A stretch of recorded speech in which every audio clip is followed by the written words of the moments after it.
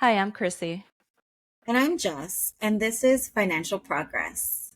Before we begin, I just want to give a little disclaimer that this is just a conversation between friends. This is not financial advice, and please seek the help of a financial professional before making any financial decisions. Today, we want to welcome Vas Moreno from the Social Work Rants podcast. Did I say that right? You got it. Awesome. Welcome, Bass. We're so happy to have you. uh, thank you both for having me. I appreciate it. Yeah, so thank you for saying yes. So before we get started into your pointers or your expertise, we want to start with you and how's your financial progress over the years? Oh man, it's still an evolution process, like everything else. Like literally, as of this recording, yesterday I finally rolled over an old Roth IRA into my Charles Schwab account and Awesome. an old traditional IRA account into my Charles Schwab account. So it's finally good to see that money and eventually give it another week or two so I can make some investments for myself. So that's been like my biggest thing going into 2025 because I'm a known anybody who knows me on the personal side knows I'm a job hopper, and I think I've had like 5 different social work jobs since pre-pandemic into the pandemic, and finally learning as I go, like investing in my 401ks and IRAs is actually putting contributions into those accounts, and then like leaving jobs and like, oh, I have these old accounts, like I need to finally roll these over because I'm tired of getting all this mail from all these different providers that I've had. Like it's too much. Mhm. Do you roll them over into like your new job, or do you put it like into a regular IRA? No, I rolled them over into a regular IRA. Okay, I just stack them up. Yeah, just stack them up. Learning what's inside my current jobs, like 401k. It might not be like the greatest. I might be doing something better for me on my own than what the job is providing. So, at least for me, it's good. And my job where I'm at right now is like they force you to pay pay into that 401k. Like they take it out of your check, and it's Mm-hmm. up to you to if you want to obviously contribute into that, which I do for me. But still, like I'm better off doing it on my own than having a job because you don't know if what's in those stocks, what's in those. They might have mutual funds, and who knows. I want to get more bang for my buck if Yeah. possible. You also have more options, Oh right? yeah, Of like, absolutely. yeah, when you choose your employer one, you're limited to what they choose to put into your options. So it's nice to have the world at your fingertips, so to say, when it comes to investing on your own. Yeah, absolutely. Yes. So I could give a little bit about myself for those who don't know me. My full name is Basiliso. Everybody calls me Bass. I'm a licensed social worker by trade in the state of Delaware. I host a top social work podcast called the Social Work Rants Podcast. It's on YouTube. However, you listen to platforms. I also a small business order of Bass Moreno Consulting, providing financial education for people of color in the sandwich generation who are struggling being caregivers, particularly of their older adults, whether it be parents, aunts, uncles, grandparents, while also caring for their kids and worried about, we're talking about, investing. Like, how do I juggle like investing for myself so that I can retire while try to plan for college if my kids want to go to college, while talking about estate planning and how do I even have those conversations with my dad or my abuela? I'd be like, no, bendición abuela, and like vamos a hablar de like what do you want to do when you die? And like Mm-hmm. so like having those struggles, like you might get threatened of chancleta being thrown at you. Like don't be Very traditional. yeah, there's always those myths, like having those, especially in our Black and Brown communities, about talking about life insurance and estate planning, like, when you pass away. Like, how do you want to like have your, do you want a church ceremony? Like, how do you want those type of things? But at the same time, be like, you wishing death on me? Like what's going on? Why are we having these conversations? But it's important to have these conversations because as we talk in a bit, like, I've unfortunately had to use two life insurance policies on family members and learning how to get more bang for your buck regarding life insurance policies and the importance of that. Honestly, no shade to anybody, but I'm tired of seeing GoFundMe pages to pay for funeral expenses in our community. So we need to change that. Yeah, it's definitely such an important topic, and I think it's not talked about in our community, and I think it's definitely very important that we need to start bringing it to light and saying reality of like everyone is going to die. We don't know when, we don't know how, but it's important to have those plans in place of what you want.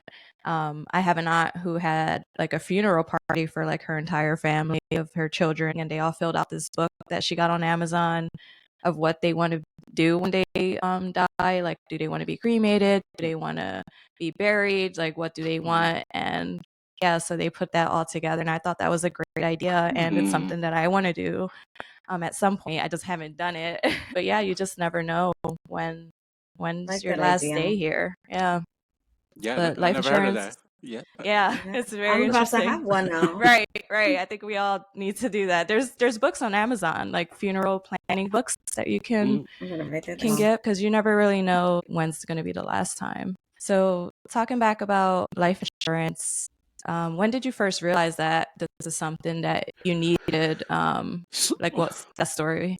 so my mom, God rest her soul, she actually had a life insurance policy. She took one out on me. I would say like late teens, early 20s when I realized she did that and took one out on herself. Um, I don't know why she didn't do it for my dad, but she did it for me, for me and for her. And so it's like, she always says, just in case. I'm like, Mhm. okay. So I kind of left it like that. And, thinking back when she died, I probably wish I would have asked more questions like why. Just kind of gauge why and kind of gauge her financial literacy or maybe lack thereof because when we grow up, I'm 45, going to be 46 later this year, and sometimes like our family members, they only know what they know, and sometimes there's a lot that they don't know in terms of financial literacy, so they pass it down to us, and then we got to pick up the pieces, and like it starts with us with learning all this stuff and kind of going backwards. And then we have kids of our own and we trying to figure all this out, which is why I do my one-on-one coaching to kind of, however you're feeling in terms of your finances, like it's okay to feel like you're frustrated, you're upset, and or you're annoyed, and or like your mom is pissing you off or whatever. Like it's okay to express those feelings because we need to talk about our feelings and our mental health, and especially in terms of our finances, because everybody is stressed out, and now with a new administration that started, even those stressors are even more in Latino Latinx community. At the same time, I'm like, okay, I kind of left it like that in terms of the life insurance policy, and then obviously she's making these monthly payments and stuff like that. When I got married the first time, my ex-wife had her health was deteriorating for different reasons, mainly because of uh, alcohol abuse. So, and that's this whole separate topic not getting talked about in our Latino community as well. Mhm. So I noticed her health, at the time we had two kids, and I'm like, you're not gonna leave me, God forbid something happens to you, leave me with two kids and like no money for them. So one day I was at work and like my local bank was like, one of their branches was literally down the street from my job, and I went on my lunch break like, hey, I need to buy some life insurance for my wife. And it's like, so I did that and filled out the paperwork, got it done. At the time, I didn't know a lot about life insurance, getting more bang for your buck as much as I do now, because I wish I probably would have got more money or shopped around for a better amount. But again, it all depends on your health. So if you're healthy, you're able to get a better policy than like if you have getting like high blood pressure and diabetes and like overweight and all this other health stuff that really impacts how much insurance you could get unless you're willing to pay more in terms of premiums. So I got, for me, it was a decent amount of money life insurance policy on her, and kind of like, and I told her straight up, like, by the time we were like getting close to ending our marriage, we were like, I got this life insurance policy, like, you do what you want, and it's like, but you're not gonna leave me hanging, like, with me caring for two kids, and like I literally had like no money in my bank account, like always in the red, like literally like every dollar that I was making working was like paying for food, like for myself and my kids. Like I commuted, like I lived in New Jersey at the time, but I worked in New York, so I'm like literally paying for transportation just for New Jersey Transit, and then I got to pay for the MTA in New York, and like so that's like you know $300-400 a month just transportation alone, and then adding food and rent. Luckily, my utilities was included in my rent. That helps, but still, like even having you need $20 of pocket money at the time. This is like 2014. You could kind of stretch $20 nowadays. 2025, you like walk out your door and you're spending $20. You literally spend it on nothing but air. So, um, but yeah, like, and then once we got divorced and things like that, like literally, my credit score was like 550 maybe. And then like literally I moved back home with my parents, but I moved my kids with me, and like literally was like, thank goodness they didn't charge me rent, but at least I paid for. The first thing I did was like my mom had her light bill and her like self her cell phone bill, like all these different bills that you could kind of combine them into like one bill. So I like literally like I would put all this stuff in my name, and kind of like it helped my credit as well doing that too.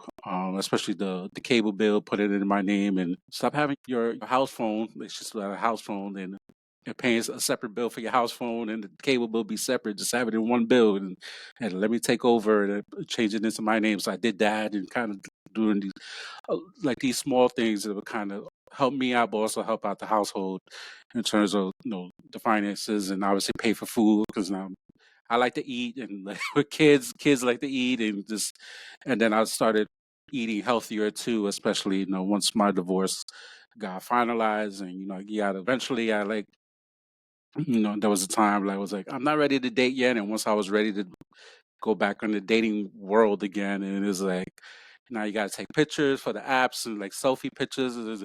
All my pictures was with my kids. Like I had to literally take like selfies and stuff, and like all these different apps, and like what is that? Because I met Different world. I met my wife in person in a club, and like I think we're like the last generation that was able to meet somebody halfway decent in the club. Like, I don't know how it is in 2025, but like um, It's ratchet.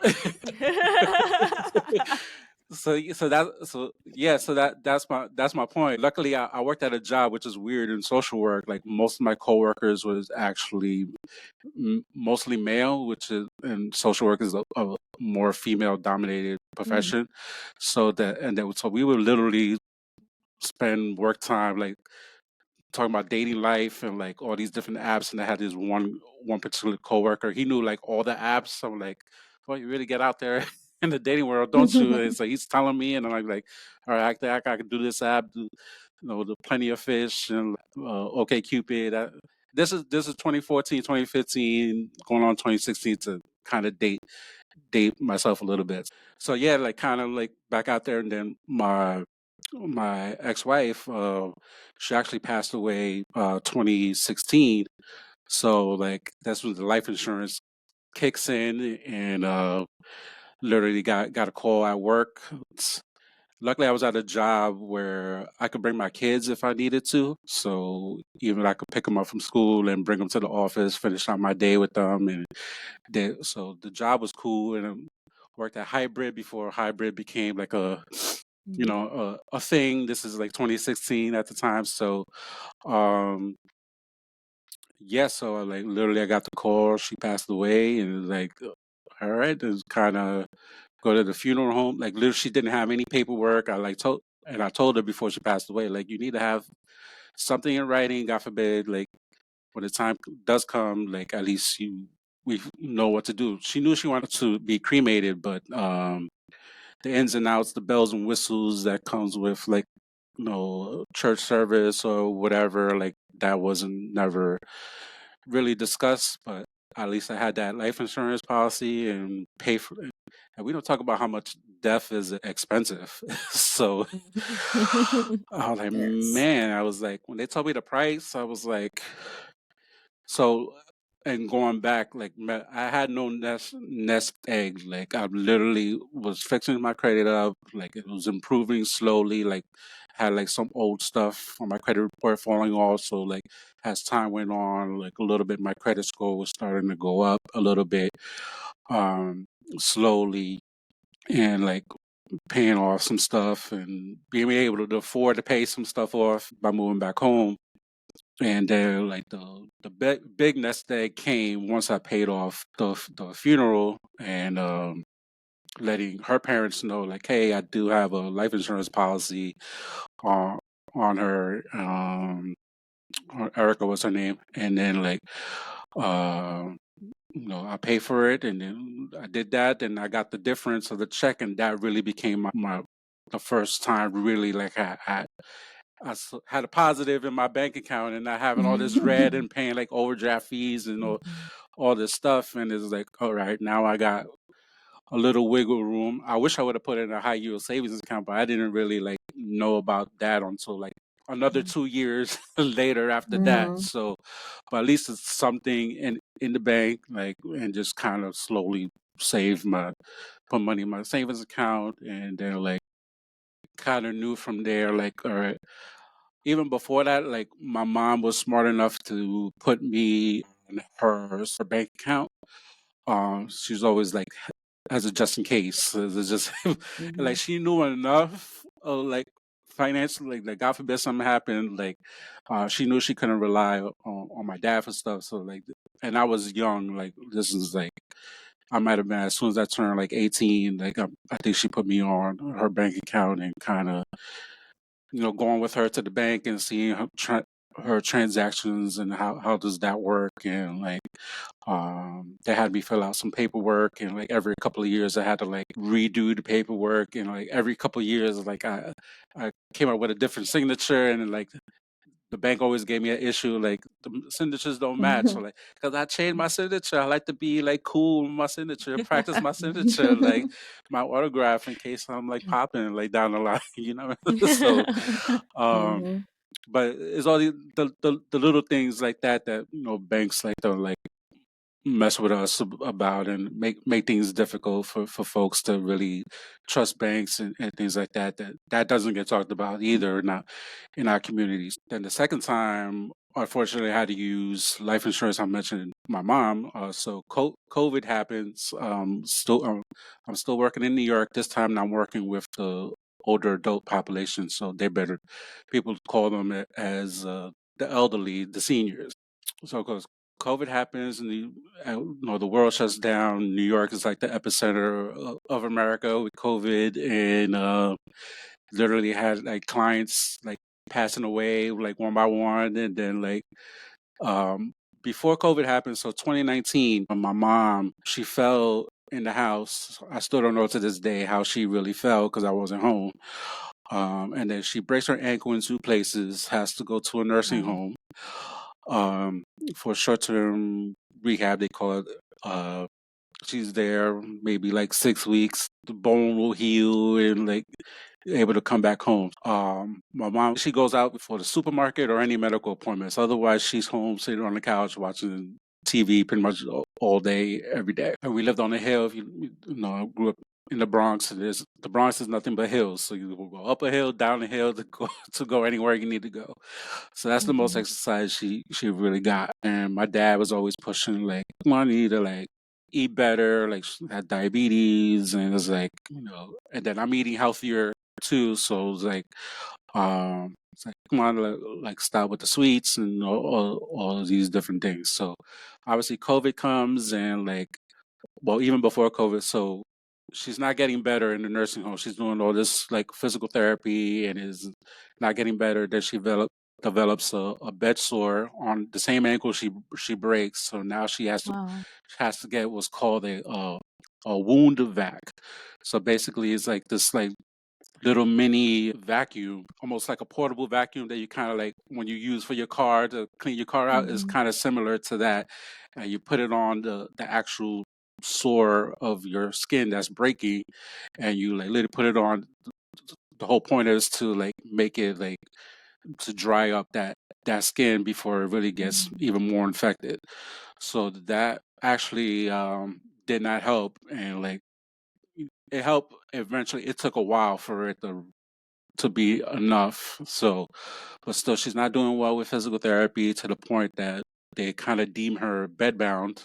So this was like February 2020, right before shutdown, and no, we already heard rumblings of COVID or rumblings of COVID in China and kind of going on Europe. At the time, it was like really didn't think, at least for me at the time, I didn't think like COVID was going to come into the U.S. Or anything like that. So literally, Mhm. we playing with time, and then like 2 weeks before the shutdown, I took her back home. I told them like, hey, like I know it's not really like safe, but we have limited options. All I really need is a hospital bed.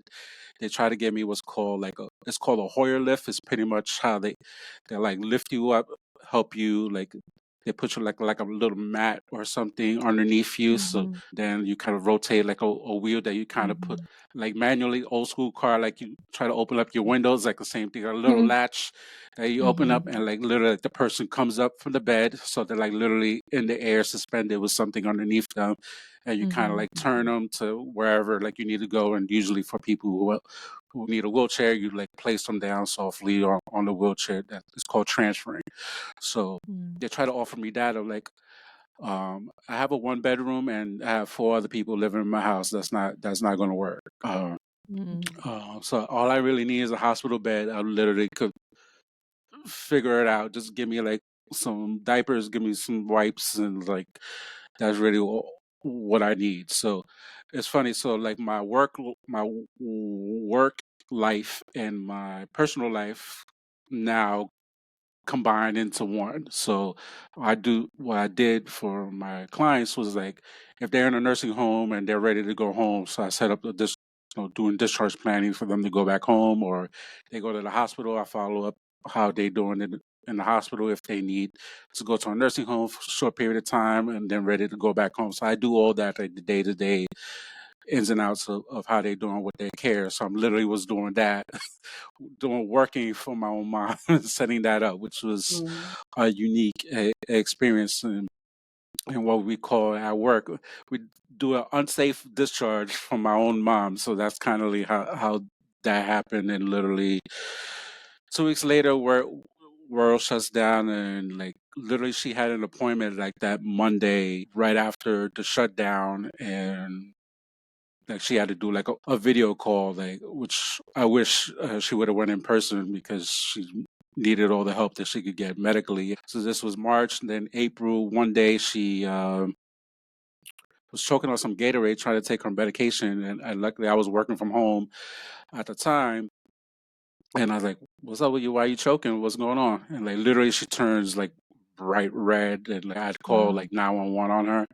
And at the time, this is like once you're in the hospital, that's it. Like there's no coming Mm-hmm. back. At least you would think. So like literally, I'm saying like thinking I'm saying my last goodbyes in the hallway, and a week later she gets discharged. Luckily, I had a phone call that weekend before she came back home. Like she was.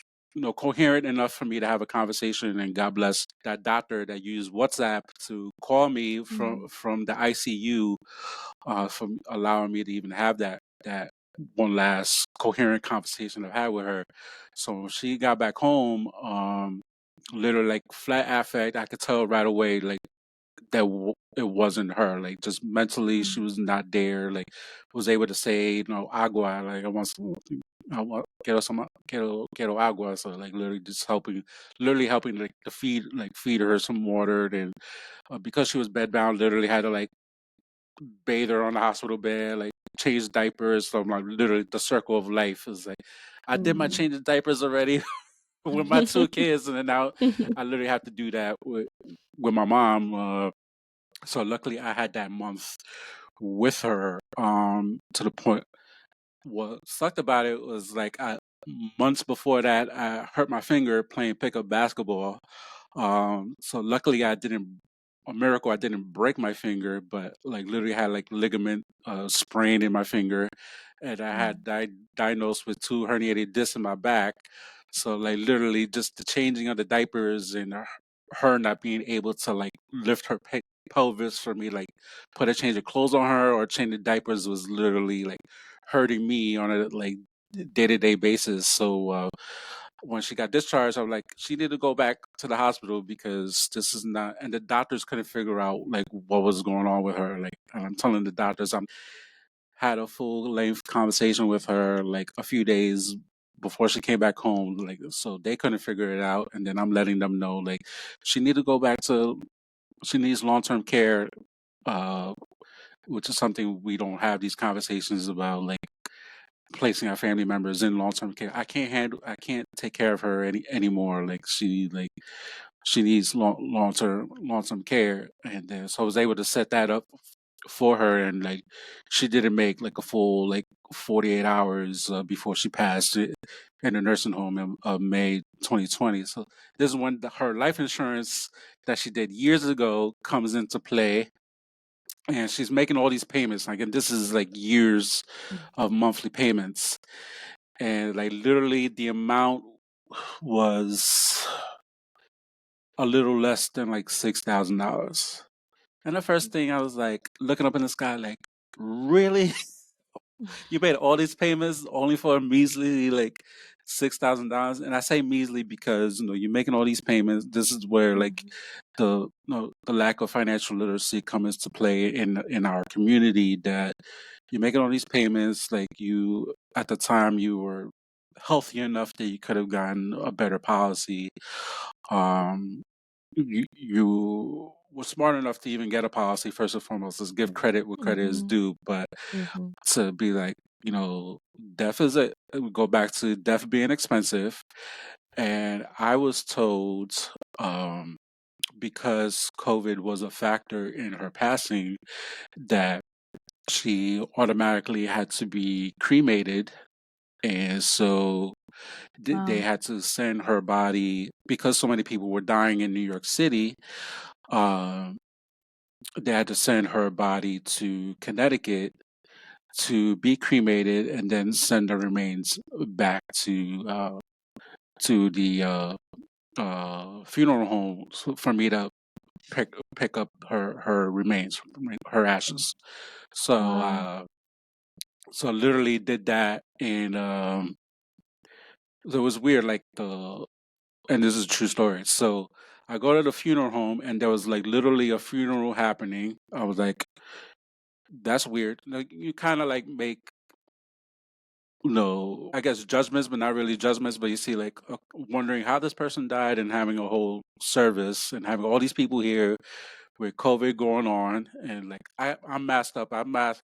I look like Blue Man Group. I had like the blue mask, had like gloves, like walking all over. I walked miles like on COVID. Like I like try to limit my public transportation as much as I could. So I walked in, and like they gave me a string book bag, and the box had my mom's ashes in it. So I'm like literally like walking the streets of the Bronx with like my mom's ashes going back home.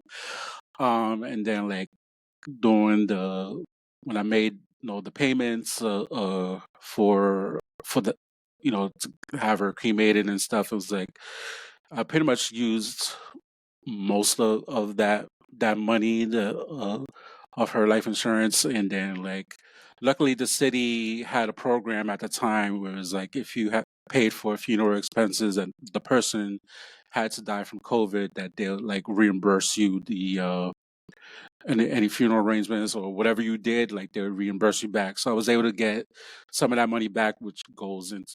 Now I had a high yield savings account, so that Mm. money went into that. So it was uh, it was a lot. So once mom passed away, I was like, oh snap, dad don't have a policy. And then I was learning more about life insurance, in terms of getting more bang for your buck. And whatever I was learning, I was trying to put it in practice. This is all 2020, 2021. And at the time, I was saving up money because I was trying to purchase a house. Because I knew at the end of 2019 was in 2020 before COVID came, I wanted to be a homeowner, to be a first gen homeowner. So like literally, we got the stimmy checks that came in during COVID. So the first check I actually um, put it into my student loan. So like, here, toma, just take the first one, because I was trying to think about my debt to income ratio to make sure to maximize that, to make sure I was able to get, the best and best interest rates for my loan, and getting ready to gear up. And I was saving the rest of the money to have enough money to pay like the at least the 10% down on the house, or 20% for the house. So I was like learning the best way to get my mortgage at the same time, like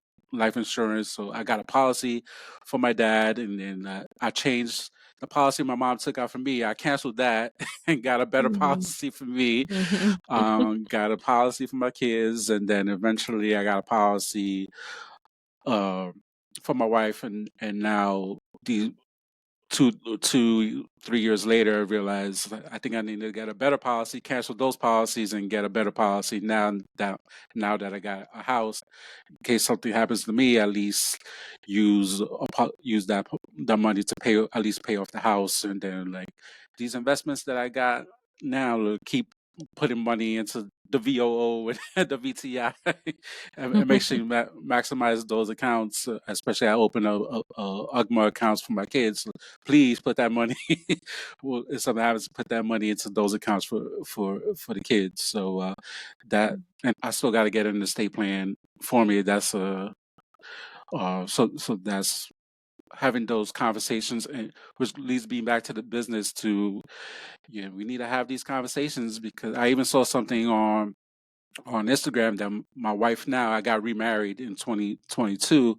She sent me a video about there's a scam going on targeting older adult populations who paid off their house, and like try to like get their name out the deed, and like there's a way to sell the deed off, and that way they could lose their homes. So like even Wow. having those conversations, like making sure that that they are taken care of. Like you live in a house for a long time, is your house, just pay the obviously got to pay the property taxes, but at least not losing their house all the way around. So it's like those type of things, and kind of the day-to-day expenses of being financial educated. Mhm.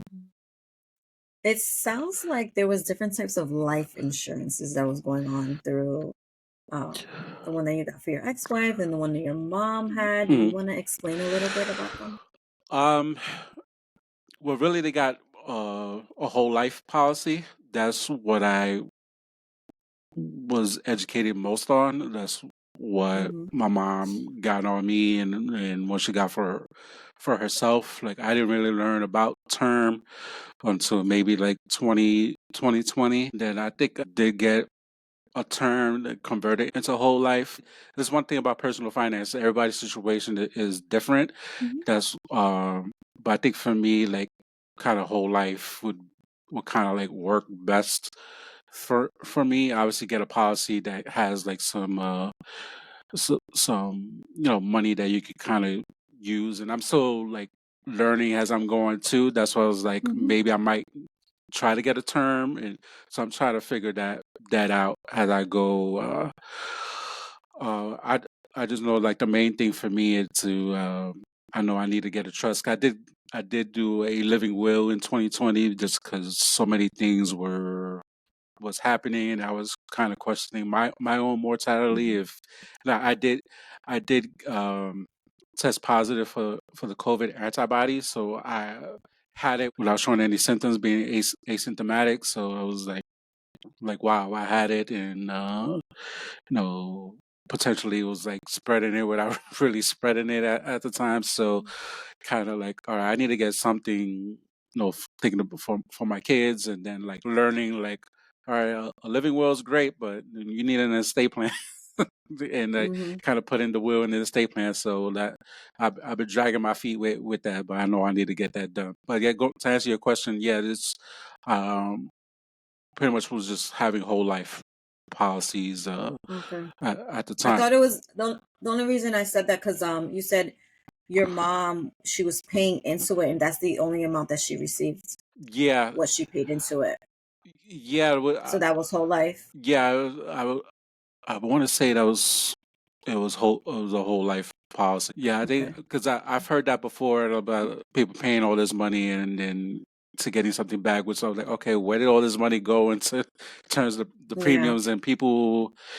You know, you also got to shop around and kind of think like not every agent is a good agent, or not every company is a good Mm-hmm. company, and people out just to, all right, I sold a policy, that let me get my cut on the back end. And so it's interesting, and I know COVID played a big part of like, all right, there were like not giving people life insurance policies for people having high blood pressure and all this other stuff that was like, or the premiums was going to be like increasing because of that. It was just a weird time that's been happening these last like 5 years.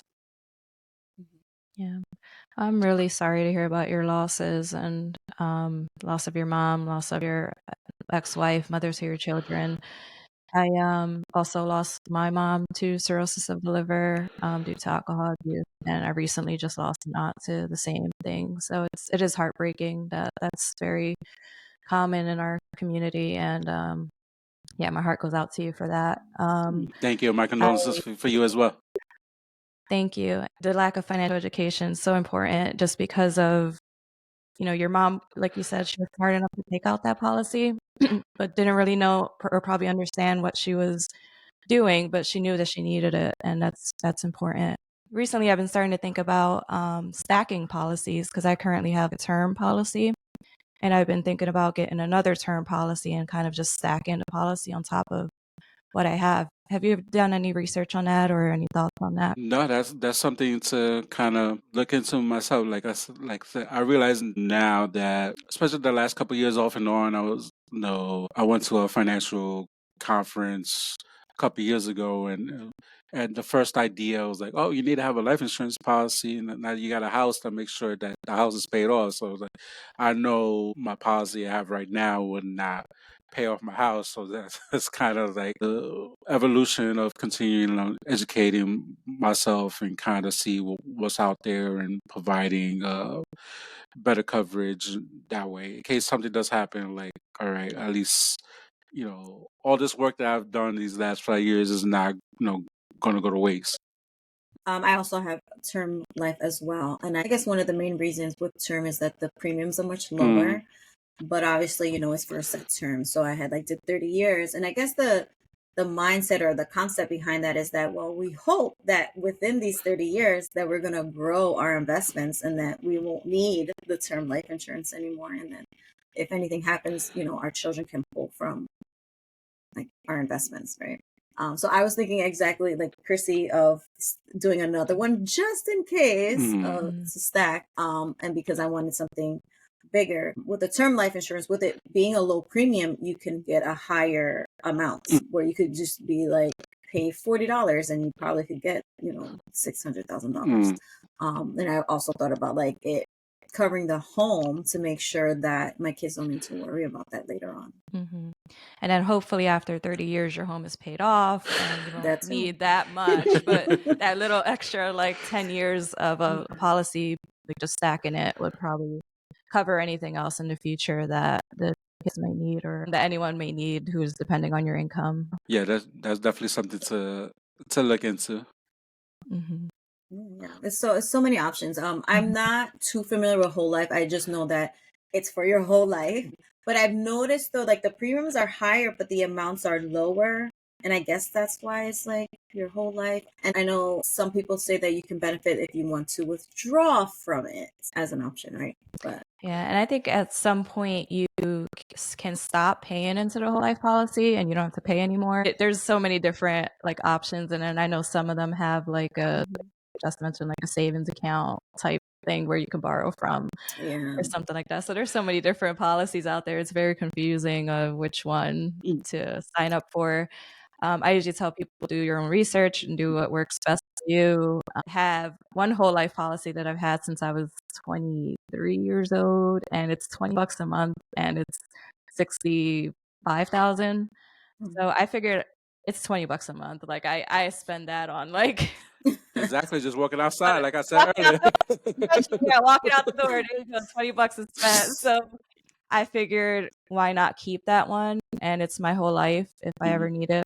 But I do have my term policies as well. So Yeah, I think it's a lot of great information. There's a lot of misinformation. There's just yes. a lot going on, which like leads to like when I do my one-on-one coaching, I was like, this is what I know, and like be honest, like this is what obviously there's a term, there's whole life. Those are the ones that kind of like focus on having those conversations. Obviously, you do your own research. My point is to even like have the conversation of if we talk about life insurance, a term life. Here, do your own research. I could give you some companies that I know that I've used, or to people that I know who do good work. I could refer you to like, hey, you could follow up with them in terms of pricing for insurance, but just talking about it and like normalizing that, or just normalizing just whatever you're going through, like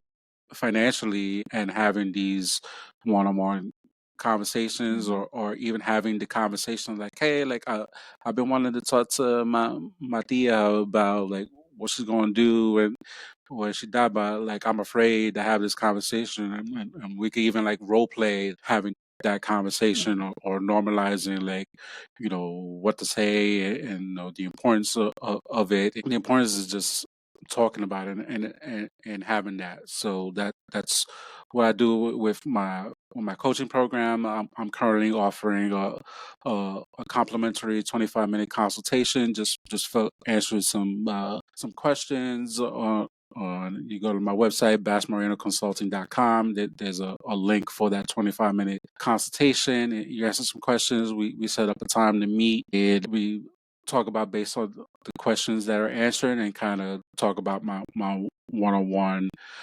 financial coaching program, counseling program. If you need some counseling, we can talk about it. If you just need like, we can go real time in terms of like, and it's state now, not specific, so it's nationwide, or wherever you live at. So all my sessions are done on Zoom, so you could be anywhere in the country, or you live out of the U.S. God bless you for doing that, but you got investments in the state, and like you need some assistance, or got family members in the states. We can have those conversations, and best like help you out. That's awesome. Well, thank you so much for your work to the community and everything that you're doing. That's amazing, meaningful work. So thank you for all of that. Yeah, thank you. Yeah. Jess, do you have any further questions before we close out? Yes, we just need to leave our audience with one piece of financial wisdom from you. What would that be? It kind of ties into financial wisdom, but it's okay not to be okay, but definitely get the help that you need.